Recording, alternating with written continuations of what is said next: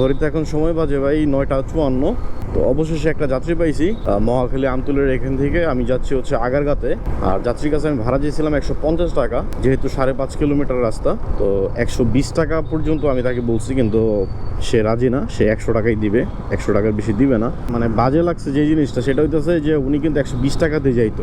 আমি যখন কথা বলতেছি পিছনে আরেকজন ইশারা দিয়ে ওনাকে বলতেছে যে 100 টাকায় যাবে উনি, মানে আর একটা বাইকার। তো কিছু কিছু রাইডারের কারণে কিন্তু ভাই সব রাইডারের ক্ষতি হইতেছে।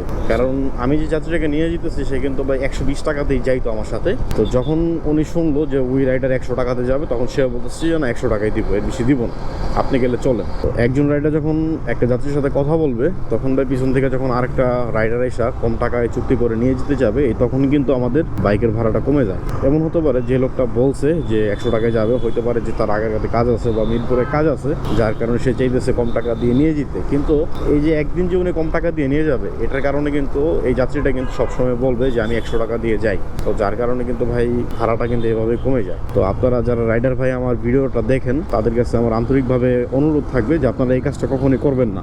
এটা কিন্তু আমাদের সবারই ক্ষতি হচ্ছে। সবাই চেষ্টা করবেন একটা পারফেক্ট ভাড়াতে যাওয়ার জন্য, সেভাবে আপনারা আসলে কন্ট্রাক্টে যাত্রীকে নিয়ে যাবেন।